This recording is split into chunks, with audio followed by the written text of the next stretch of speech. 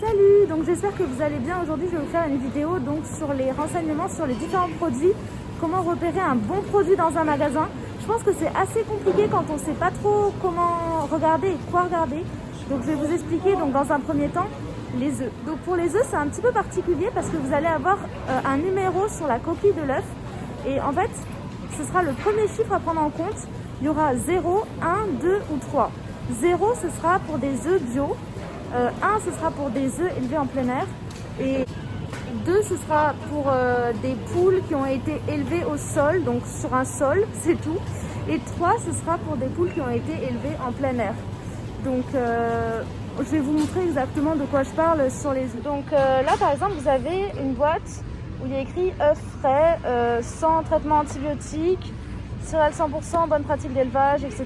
Donc ça paraît, en plus il y a écrit Nutri-Score A, donc ça paraît être un bon produit. Mais dès qu'on regarde à l'intérieur, je prends un 9, il y a écrit un 3 devant. Il y a écrit 3 FR, enfin voilà, il y a un 3. Et donc 3, ça veut dire que ces œufs-là, c'est des poules qui ont été élevées en cage.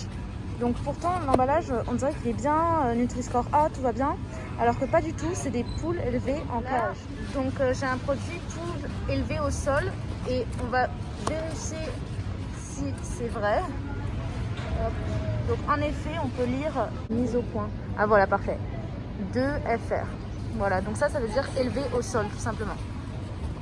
Donc en général, pareil, ceux qui seront écrits, en plein air, ceux qui seront, les poules qui seront élevées en plein air, ce sera écrit parce que c'est un avantage pour les clients.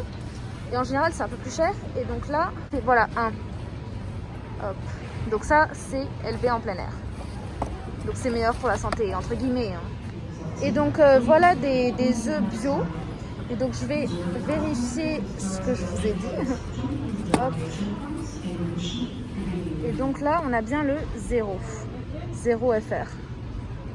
Voilà. Donc c'était la petite information, c'est surtout éviter de consommer des œufs 3 parce que les œufs 3 ce sera des poules qui ont été élevées en cage et c'est vraiment malsain en fait. Et maintenant j'aimerais vous parler des laits. Donc en fait vous avez plusieurs types de lait. Donc vous avez le lait que vous connaissez, le lait UHT, c'est-à-dire le lait qui va être stérilisé à très haute température. Donc c'est le lait qu'on peut trouver juste derrière moi, juste ici. Donc voilà en bouteille. Mais dans le rayon frais, vous allez trouver des laits donc de plusieurs types et je vais vous montrer. Donc dans un premier temps, j'ai envie de vous montrer le lait pasteurisé. Donc le lait pasteurisé, ça va être un lait qui a été chauffé mais à température pas très haute. Donc à moins de 100 degrés en fait. Et il va avoir plus de valeur nutritionnelle, il va avoir plus de goût. Et ça sera toujours au rayon frais parce qu'en fait, ça va pas enlever la majorité, ça va enlever la majorité des bactéries qui sont pathogènes. Mais il va rester les bactéries du lait, donc voilà, c'est un lait qui se conserve au frais. Et dans un autre temps, il y a aussi le lait microfiltré. Donc le lait microfiltré, c'est un lait qui a juste été filtré comme son nom l'indique. Donc c'est vraiment le lait le plus pur que vous pouvez trouver. En plus là c'est du lait entier, donc c'est vraiment le lait qui sort presque de la vache mais qui a été juste filtré. Donc si vous voulez un lait qui a énormément de goût et qui est vraiment très pur, il faut vraiment se tourner sur ce lait là et vous en avez plusieurs, voilà, donc plusieurs types, mais c'est des microfiltrés. Pareil pour le pasteurisé, vous en avez plusieurs types. Donc ensuite, je voulais vous parler, la luminosité elle est bizarre, des produits transformés, donc tout ce qui va être les biscuits. Donc, c'est un exemple, pour vous montrer qu'en fait, un type de biscuit bio ou soi-disant bon pour la santé ne va pas forcément l'être. Et je vais vous montrer comment décrypter vraiment l'étiquette du produit. Là, par exemple, je vais avoir donc ces biscuits-là, qui sont marqués comme étant D, et ils ont l'air bons, voilà, c'est normal. Donc, la liste des ingrédients, regardez, on va avoir que des bons ingrédients. On n'a même pas d'huile de palme, on a juste de l'huile de tournesol et de colza. Aucun additif, à part de la poudre à lever, mais c'est normal. Et des émulsifiants, c'est du tournesol, donc pareil, c'est très bien. Donc ça, on a affaire à un produit au niveau des ingrédients qui est très bon. Et pourtant, on dirait pas. On pourrait penser qu'il y a de l'huile de palme, etc. Alors que pas du tout. Et donc là, j'ai trouvé un article, donc Belvita. On pourrait penser que justement, celui-là, il est peut-être un peu meilleur pour la santé. En plus, ils disent qu'il y a des céréales complètes, de l'énergie pour toute la matinée. Donc ça paraît plutôt pas mal. Et au niveau des ingrédients, si je trouve où ils sont, hop, pardon, où sont les ingrédients? Hop, ils sont là. Donc ici, vous allez avoir donc déjà de l'huile de palme, ce qui est pas bon. De l'huile de copra, c'est de l'huile de coco et je ferai une vidéo, je pense, sur l'huile de coco parce que c'est pareil que l'huile de palme, c'est mauvais pour la santé.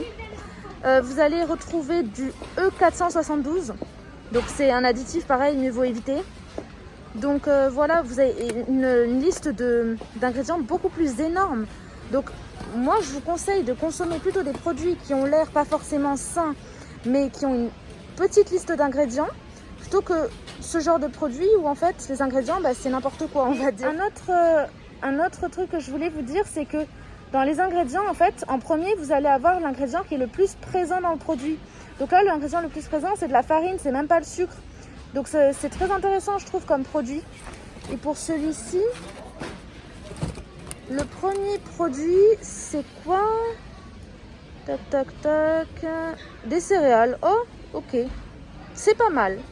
Donc je vous conseille quand même de regarder les premiers ingrédients aussi. Plus il y a de bons ingrédients en premier, mieux ça va être.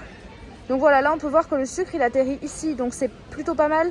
Mais le fait qu'il y ait de l'huile de colza, de palme et de copra et des additifs, je trouve qu'il faudrait plutôt valoriser ce produit par rapport à celui-là. Concernant les valeurs nutritionnelles, quelque chose que j'aimerais bien vous dire, c'est que les matières grasses, c'est pas forcément ce qu'il faut le plus regarder, mais c'est les acides gras saturés, donc les AGS, c'est les pires. Donc si vous pouvez en consommer le moins possible, c'est mieux. Donc là, dans les 22 grammes, vous n'avez que 4,6 grammes. Je dis que, mais bon, c'est quand même pas mal. Hein. Mais c'est pas si mauvais que ça. Dans les glucides, je vous conseille de regarder majoritairement les sucres et les protéines. C'est des valeurs assez importantes qu'il faut valoriser. Le sel aussi. Là, on a 1,1 g. Et dans celui-là, on en a 0,52. Donc pour le sel, ce sera plutôt celui-ci à valoriser. Et après, les acides gras. Voilà, par exemple, là, en acides gras saturés, vous en avez plus. Vous avez 5,1 g, alors que sur l'autre, vous en aviez 4,6. Donc vous voyez, là, il y a plus d'acides gras, donc des graisses mauvaises pour la santé dans celui-là que dans celui-là. Donc vraiment, à choisir, c'est celui-là qu'on prend. J'ai envie vite fait de vous parler des huiles.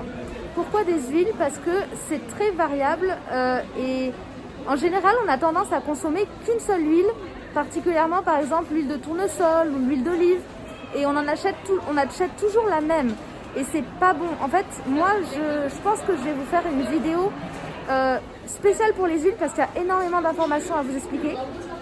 Mais en globalité, j'ai envie de vous dire qu'il faut varier les huiles.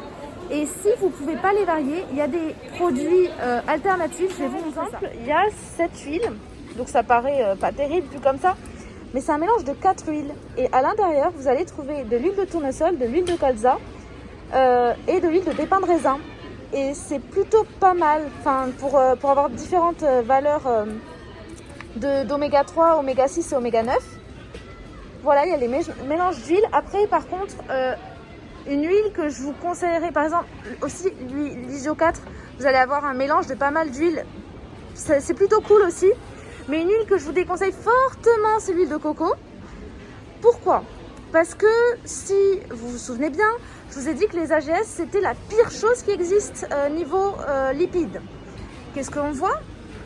Pour 100 grammes, il y a 91 grammes d'AGS, ce qui est énorme. Donc ce produit, c'est à bannir. D'ailleurs, il y a le E. Hein. Ça, il faut le bannir de votre alimentation. C'est très mauvais pour votre santé. J'espère que ça vous aura plu cette petite vidéo. J'ai pas pu trop vous parler de tout, mais je pense qu'en globalité, je vous ai quand même informé de choses que je pense que vous ne connaissiez pas forcément. Donc j'espère que ça vous aura plu, que vous aurez appris des choses et je vous fais de gros bisous.